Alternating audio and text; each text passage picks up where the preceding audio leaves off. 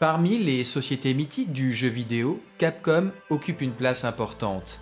Fondée en 1979, Capcom est d'abord un fabricant et distributeur de machines de jeux électroniques.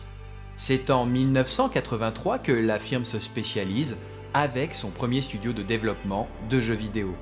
Capcom va alors enchaîner les hits aussi bien dans les salles d'arcade que sur console de salon et va définitivement marquer de son empreinte l'âge d'or du jeu vidéo japonais.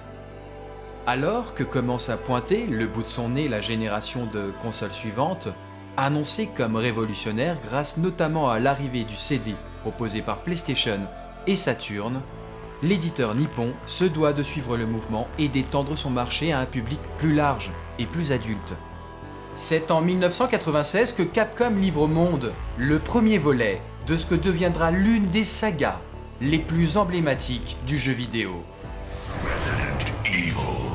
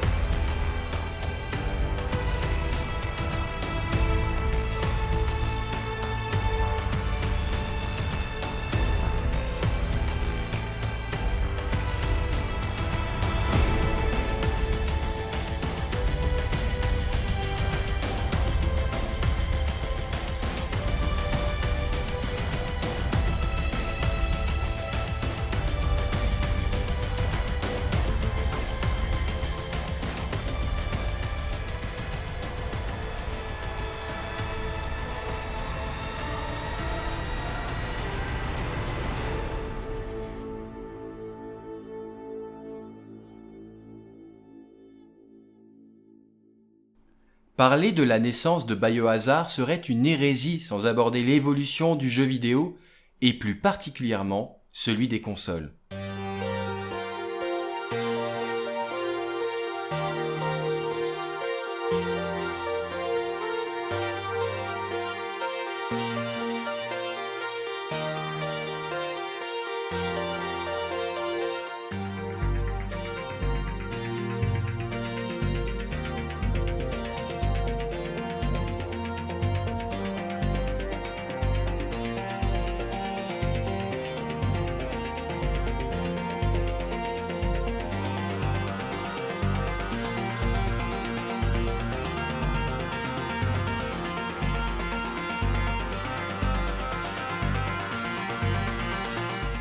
À une époque où les PC n'étaient qu'à la préhistoire de leur évolution, les jeux vidéo se jouent surtout dans les lieux de loisirs, les salles d'arcade.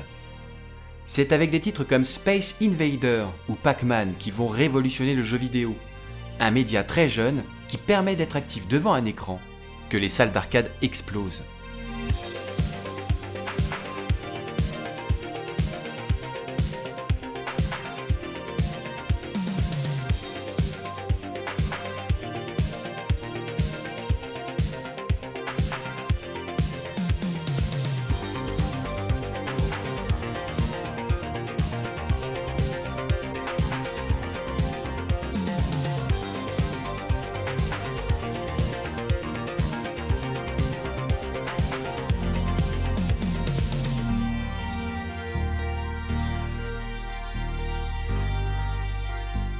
Spécialisée dans le développement des jeux et dans la fabrique de bornes d'arcade, l'entreprise américaine Atari va profiter de l'évolution de ce média pour sortir sa première console.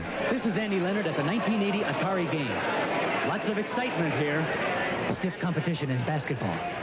They had the jump on Skydiver. The human cannonball can't miss. And for the first time, Space Invaders. They're ready. Let the games begin. No other company offers you as many different video game cartridges as Atari. L'Atari 2600 est commercialisée en 1977 et est la troisième console cartouche à sortir. L'idée, c'est que sur console de salon, il est possible d'installer et jouer à plusieurs jeux. La création de consoles avec des cartouches interchangeables était pour l'époque une révolution, une nouvelle manière de consommer le jeu vidéo. Mais la quantité de jeux n'est pas au rendez-vous de la qualité. Et le portage des jeux ultra connus sur arcade déçoit sur console. Le marché sature. La console de salon connaît alors aux États-Unis sa plus grande crise, en 1983.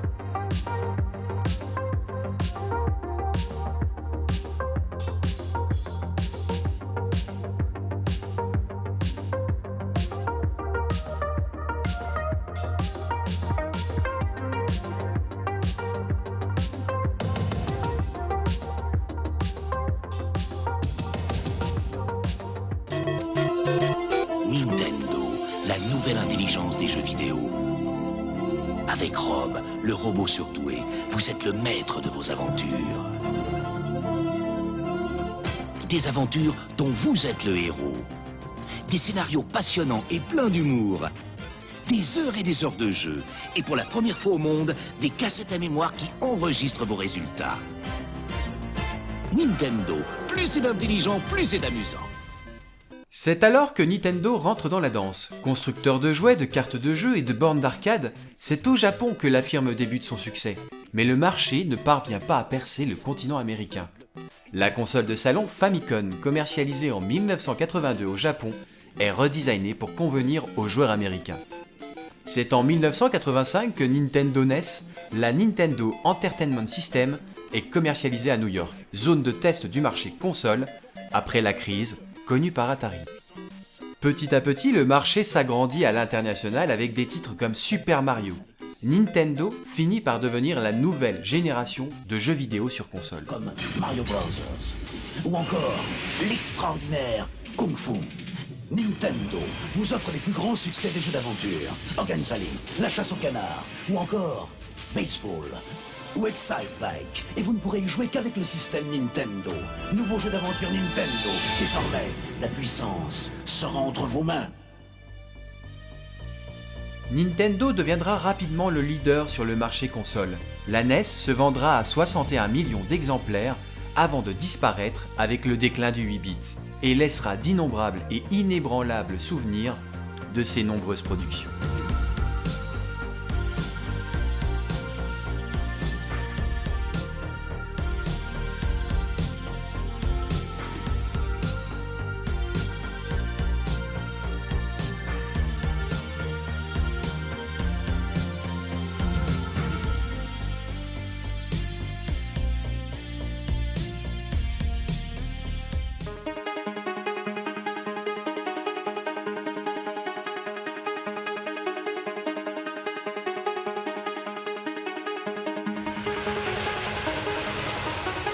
C'est dans un contexte où le jeu vidéo voit son évolution grandir autant au niveau software que hardware qu'un jeune petit garçon confronté à la violence grandit.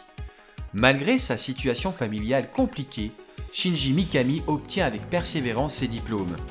Une autre partie occupe également son temps libre, les jeux d'arcade, et celui-ci va littéralement tomber amoureux de 1942.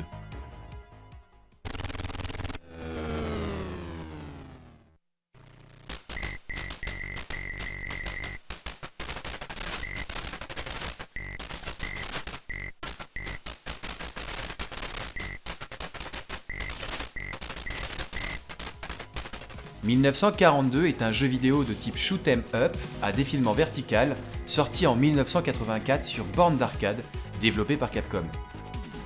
Très vite, le jeune homme va rentrer en contact avec cette boîte de production. Nous sommes en 1990 et Mikami commence alors son activité chez l'éditeur.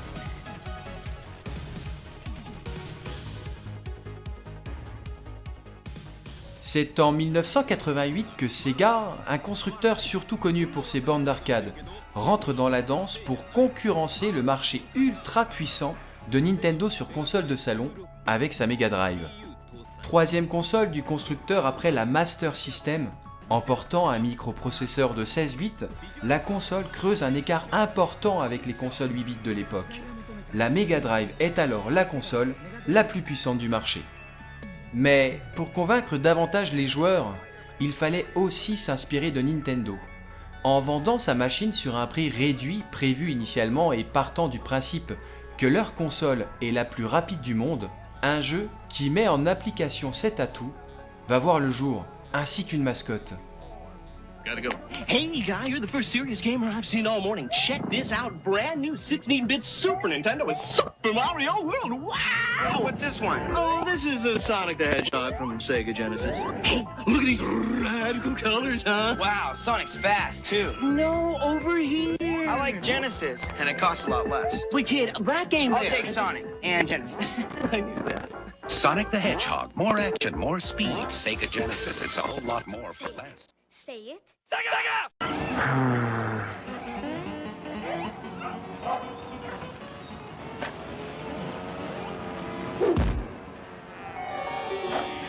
Whoa. Color. Hey, there's an easier way to get color. Get a Game Gear, the full color portable with over 150 games, like the new Echo, Mortal 2, and Sonic Triple Trouble. Sonic deviendra rapidement le jeu le plus populaire de Sega. C'est véritablement à ce moment que naîtra pour la première fois la guerre des consoles. C'est en 1990 que Nintendo sort sa Super Nintendo.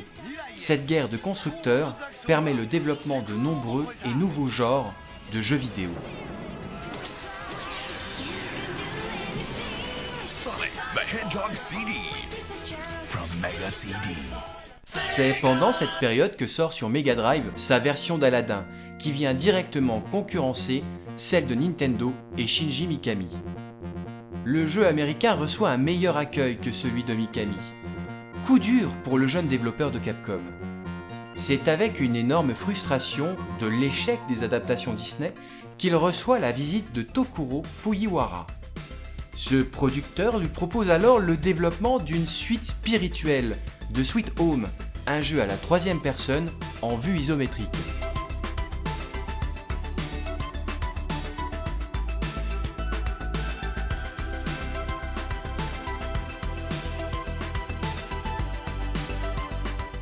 C'est en répondant positivement à la question de Fujiwara lui demandant si Mikami détestait être effrayé que celui-ci allait donner naissance sur la nouvelle console de Sony à sa plus grande œuvre.